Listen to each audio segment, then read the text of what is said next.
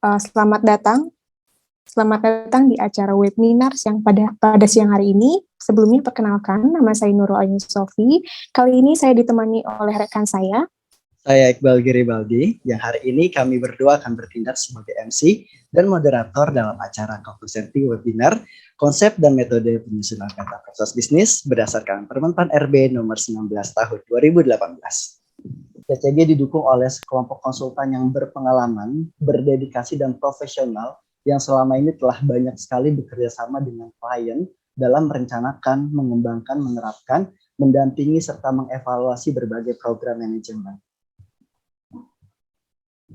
Oke, tadi mungkin Ibu Bapak sudah melihat beberapa testimoni terkait bagaimana Cognoscenti memberikan jasa konsultasi bagi beberapa perusahaan maupun BUMN, dan pada kesempatan pada kali ini kami hadirkan dua konsultan yang akan menjadi pembicara.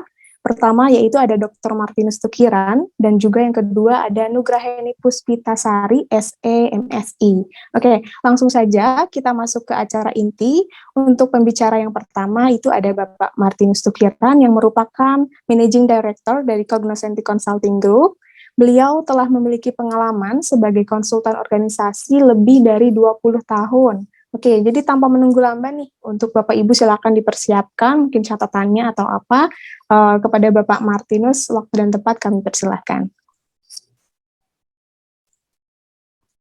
Baik, terima kasih Mbak Sofi dan Mas Iqbal sebagai moderator.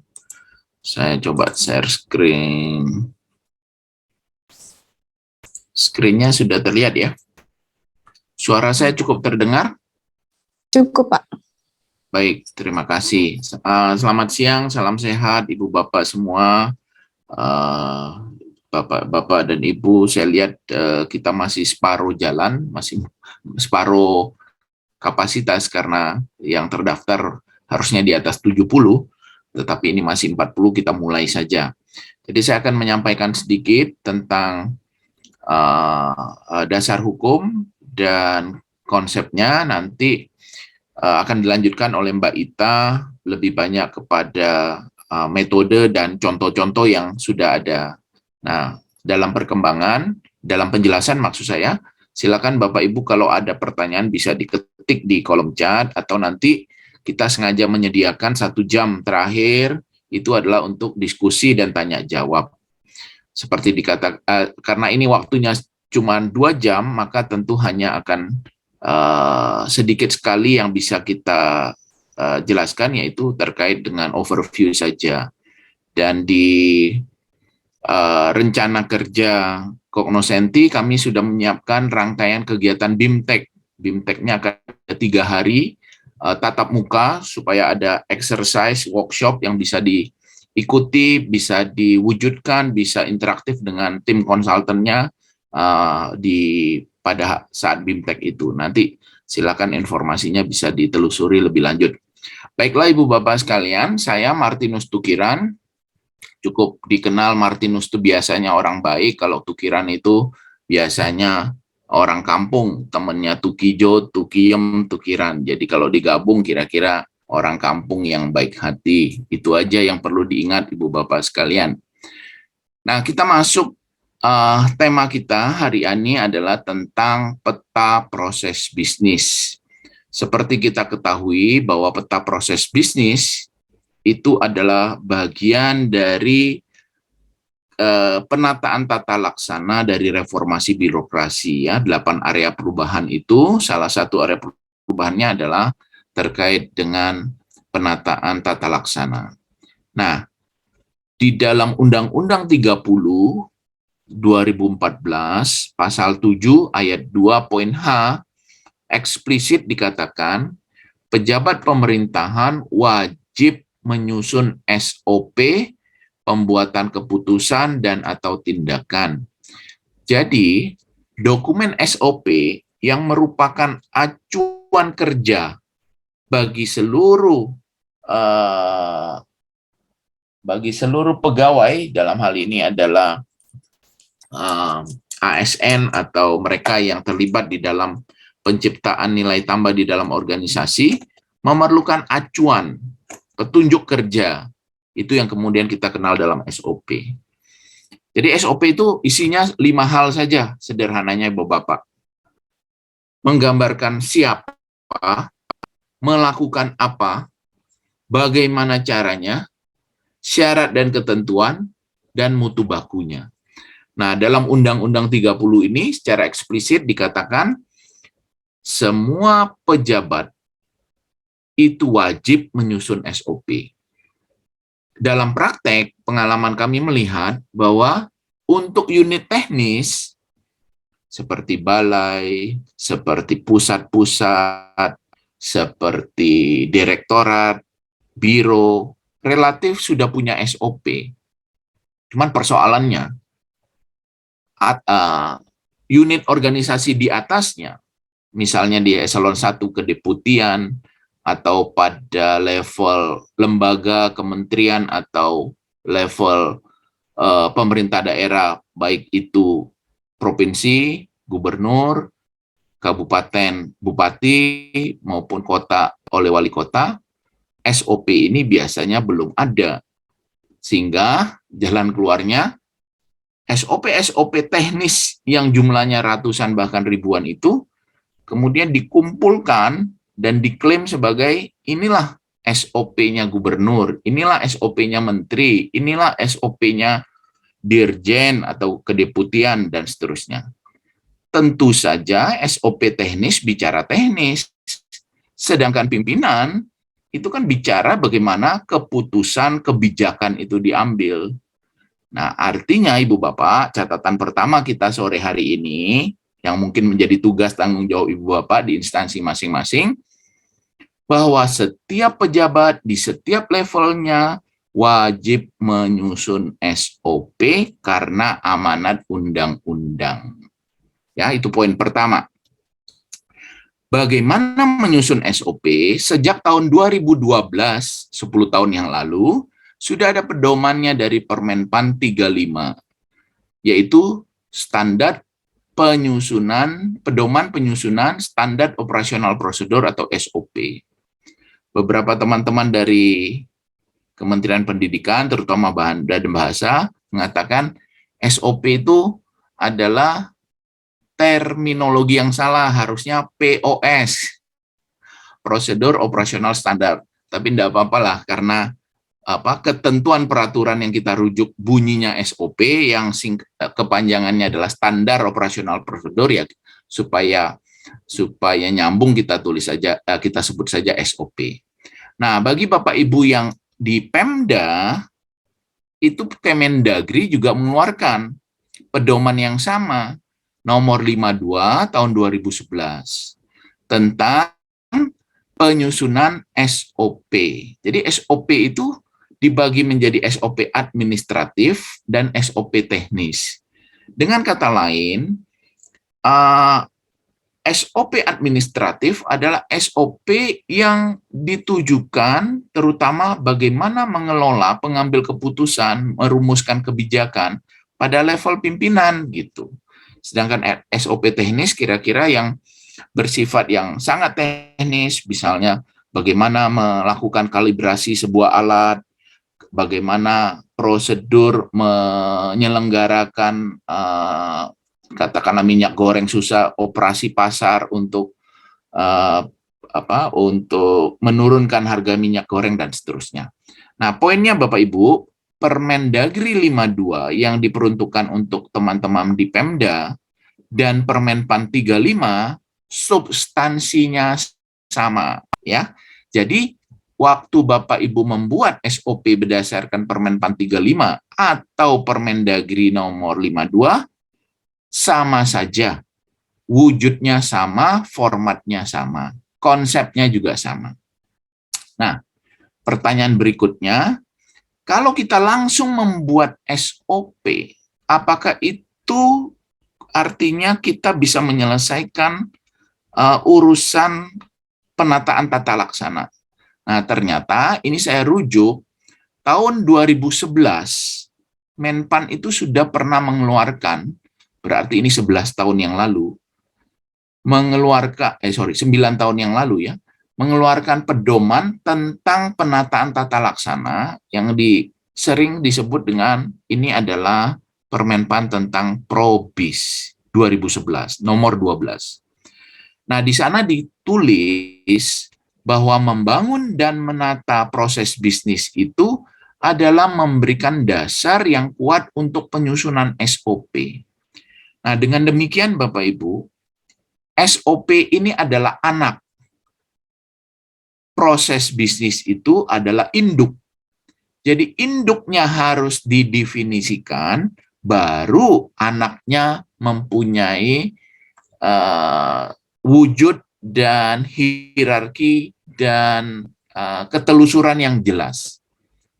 Nah, catatannya Permenpan 12 tahun 2011 ini tidak pernah populer, dan kemudian Permenpan 12 inilah yang digantikan menjadi Permenpan 19 tahun 2018 yang menjadi acuan kita atau yang menjadi rujukan utama bagaimana kita menyusun peta proses bisnis yang nanti akan dijelaskan Mbak Ita dengan metode dan contoh-contohnya. Nah, mengapa Permenpan 12 ini tidak populer? Karena mereka mengadopsi suatu pendekatan yang disebut dengan BPMN. BPMN itu adalah suatu singkatan, satu metode yang disebut dengan Business Process Management and Notation. Ini jadi saya ini coba cari Permenpan 12 itu yang sudah direvisi. Itu adalah penyusunan peta proses bisnis, di dalamnya itu mengikuti metode BPMN. Jadi metode BPMN itu sesuai dengan namanya, menekankan pada notasi-notasi yang dikenal oleh komputer. Jadi banyak sekali notasi yang harus kita pahami untuk menyusun peta proses bisnis. Ya. Jadi notasi-notasi ini harus diikuti karena pedomannya begitu. Nah, daripada kepala pusing, akhirnya Permenpan 12 ini tidak pernah populer atau ditinggalkan karena pusing.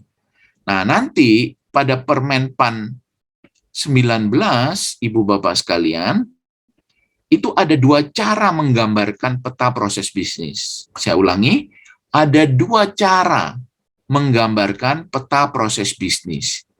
Cara pertama, tetap boleh menggunakan BPMN tadi.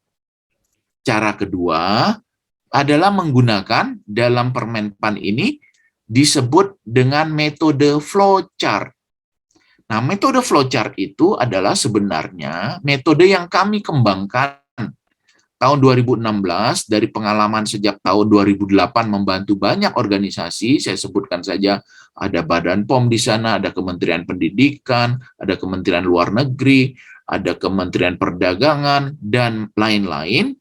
Lalu kami tulis bukunya, buku ini terbit 2016, maka mengadopsi konsep yang kami kembangkan ini, atau metodologi yang kami kembangkan ini, maka di dalam Permenpan 19 boleh menggambar dengan dua cara.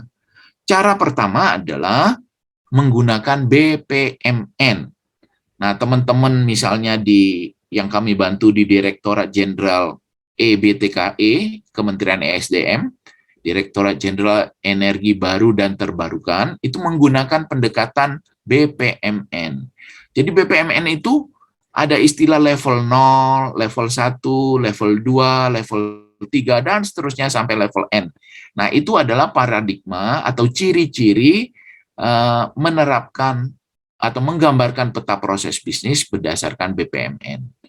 Nah, kelemahannya satu, banyak sekali notasi yang harus kita pahami. Nah, karena pusing biasanya ditinggalkan, jangankan bicara substansi, notasinya aja pusing gitu. Nah, kelemahan yang lain adalah BPMN ini sangat tergantung pada penyelesaian peta proses level 0. Jadi sebagai contoh, kalau ini adalah peta level Pemda gitu, level 0 di tingkat gubernur atau wali kota atau bupati harus tuntas. baru bisa diwujudkan ke level OPD-OPD-nya. Atau kalau ini kementerian, maka harus tuntas, baru bisa diturunkan kepada peta proses di level Dirjen Eselon 1 dan Direktorat Eselon 2. Nah, nanti lingkupnya akan dijelaskan oleh Mbak Ita detailnya.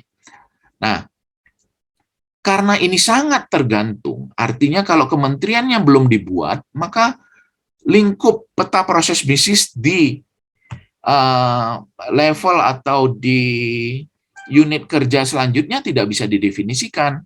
Maka dalam pendekatan yang kami kembangkan dengan metode 3 dimensi, ya, atau di dalam Permenpan 19 disebut dengan metode flowchart, bahwa induk atau kementerian, lembaga, atau Pemda di level gubernur, di level wali kota dan bupati, sambil berjalan, maka di level OPD atau di level dirjen tetap boleh menyusunnya. Jadi boleh concurrent, boleh serempak, tidak sekuensial tadi. Nah, jadi keterkaitan ini nanti akan kita petakan dalam peta, dalam matriks yang kita akan kenal dengan matriks korelasi satu dengan yang lain, yang ada di penomorannya nanti.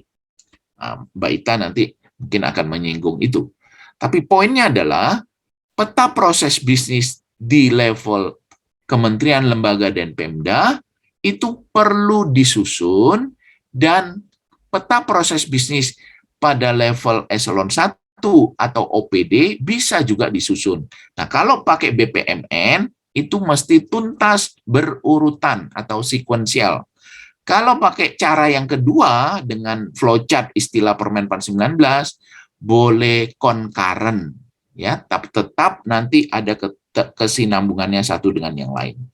Nah, apa sih Bapak Ibu peta proses bisnis itu? Secara eksplisit dikatakan peta proses bisnis adalah gambar yang menunjukkan hubungan kerja yang efektif dan efisien antar unit organisasi. Jadi ketika kita mau menyusun SOP di tingkat gubernur, atau di tingkat kementerian, atau di tingkat lembaga, SOP itu wajib disusun karena amanat undang-undang. Bagaimana menyusun SOP? Kita perlu rujukan, namanya peta proses bisnis, yaitu gambar yang menghubungkan rangkaian kegiatan yang dilakukan. Kalau di Pemda berarti antar OPD itu hubungan kerjanya seperti apa. Nah, itulah yang perlu kita gambarkan. Oke. Nah, Bapak Ibu sekalian, ada Permenpan 26 tahun 2020 tentang evaluasi pelaksanaan reformasi birokrasi. Seperti tadi kita ketahui bahwa reformasi birokrasi itu ada 8 area perubahan, dengan nomor 9 adalah manajemen perubahan sendiri. Maka di poin D, kalau kita baca Permenpan 26 ini, penataan tata laksana itu didorong menggunakan pendekatan teknologi informasi dan keterpaduan peta proses bisnis, data, infrastruktur, dan aplikasinya. Nah, nanti dalam webinar-webinar selanjutnya, atau kalau Bapak Ibu nggak sabar mau mengikuti BIMTEK yang kami selenggarakan, sudah ada aplikasi yang menunjukkan bagaimana proses bisnis dan SOP itu bisa dilakukan secara digital. Ya. Nah, kita lihat lebih detail. Jadi di dalam Permenpan ini, nomor 26 tahun 2020, kita disebut memenuhi syarat di dalam pengelolaan penataan tata laksana jika satu, kita sudah mempunyai peta proses bisnis. Dua, peta proses bisnis itu harus dituangkan di dalam SOP. Sekali lagi, supaya SOP itu SOP yang baik, SOP yang mempunyai hierarki yang kuat di dalam ketata laksanaan kita, dia harus merujuk kepada peta proses bisnis. Peta proses bisnis itu apa? Gambar yang menunjukkan hubungan kerja antar unit di dalam instansi kita. Maka pemenuhan ini, peta proses itu harus digambarkan sampai peta lintas fungsi atau sampai level N. Level N atau peta lintas fungsi ini, N ini istilah BPMN tadi, lintas fungsi ini adalah istilah dengan metode flowchart, itu gambarnya nanti kira-kira akan seperti ini Bapak Ibu. Sebelah kiri ini unit kerjanya jelas, judulnya ini merupakan kelompok kegiatannya, lalu kegiatan, rangkaian kegiatannya adalah kotak-kotak yang ada di tengah. Siapa unitnya melakukan apa dalam kelompok kegiatan apa menjadi jelas. Inilah puncak, inilah gambar yang diinginkan oleh ketentuan peraturan terkait peta proses bisnis, bahwa kita bisa menunjukkan gambar yang menghubungkan unit-unit kerja dalam setiap proses yang ada di dalam organisasi. Nah, bagaimana untuk menggambarkan ini secara tuntas? Sekali lagi nanti Mbak Ita akan menyinggungnya sebentar lagi. Tapi poinnya yang ingin saya katakan adalah kita harus menyusun peta proses bisnis sebagai induk, dan peta proses bisnis itu harus sampai pada peta lintas fungsi yang gambarnya seperti tadi, dan kemudian dari peta lintas fungsi itulah dijabarkan menjadi SOP. Jadi Bapak Ibu ingat tadi SOP itu kan rujukan kerja yang mengatur 5 hal. Siapa, unit kerjanya, melakukan apa, bagaimana caranya, syarat ketentuannya, dan mutu baku. Maka SOP itu merujuk pada peta lintas fungsi yang sudah jelas siapa unit kerjanya dan melakukan apa. Ya, jadi dengan kata lain, kalau kita menyusun peta proses bisnis sampai peta lintas fungsi ini, maka kita segera dapat menyusun SOP-nya juga dengan sistematika yang sangat jelas.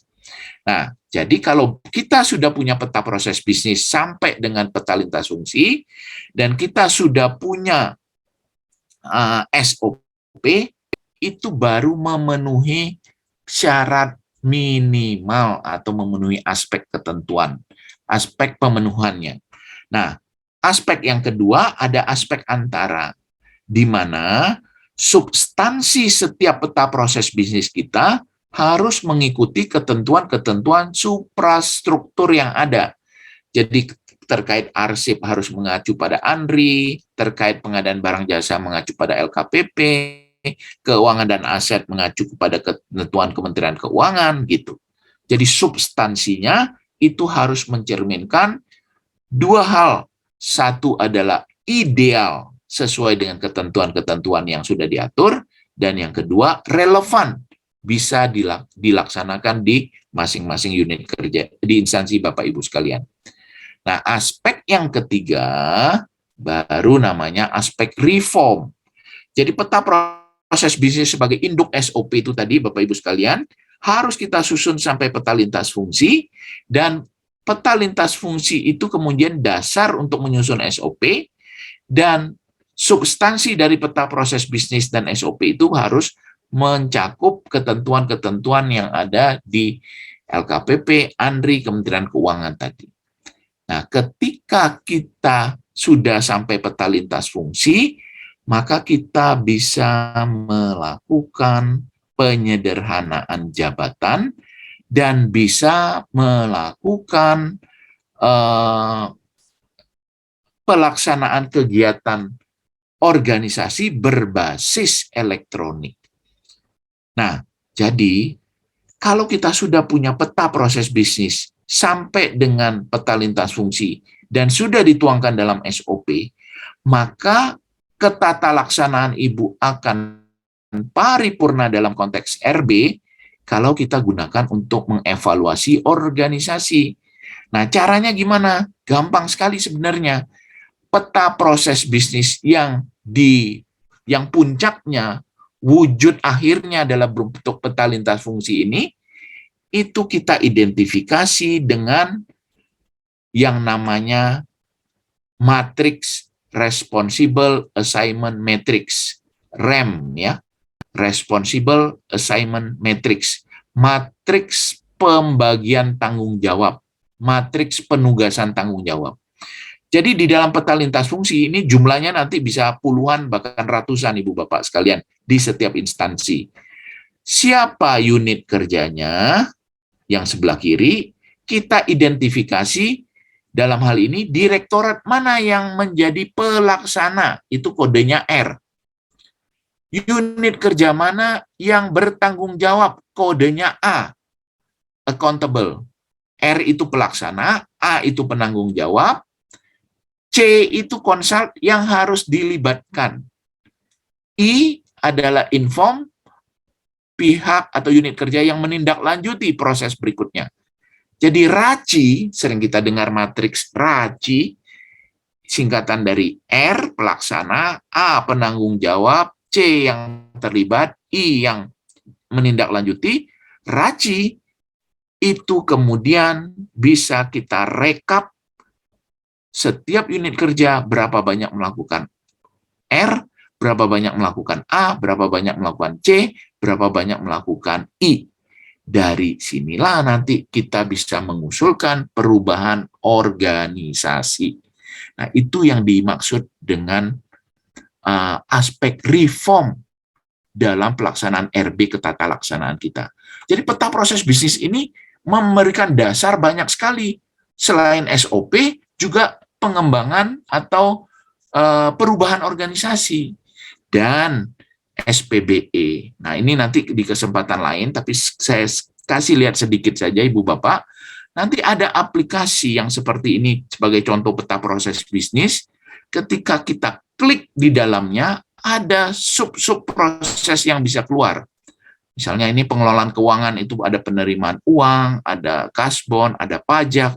Dan ketika kita klik, ini alur peta lintas fungsinya tidak hanya gambar, tetapi sesuatu yang bisa dilaksanakan, karena ketika kita klik, formulirnya akan keluar, dan kita akan bisa mengisinya, dan kemudian itu menjadi suatu proses untuk melaksanakan sistem pemerintahan berbasis elektronik. Jadi Bapak Ibu, stay tune, ikuti terus webinar kita, Jumat setiap akhir bulan, itu akan membahas hal-hal seperti ini untuk memperkaya wawasan kita terkait bagaimana sih konsep dan metode melaksanakan ketentuan-ketentuan ini. Nah, karena waktunya tuh 2 jam, tentu nggak cukup. Nah, kami juga menyediakan BIMTEK 3 hari full yang akan berinteraksi secara intensif dengan konsultan untuk langsung dibuat di lokasi workshop, di lokasi BIMTEK. Bapak Ibu bisa datang bergerombol misalnya, karena kita tidak hanya melaksanakan di Jakarta saja, kita melaksanakan di berbagai kota untuk mendekatkan diri kepada Bapak Ibu sekalian. Sementara itu ya, dari saya nanti konsep dan ini konsep-konsepnya, metode dan contoh-contohnya nanti akan dilanjutkan Mbak Ita, namun kami kembalikan dulu ke Mbak Sofi dan Mas Iqbal, silakan.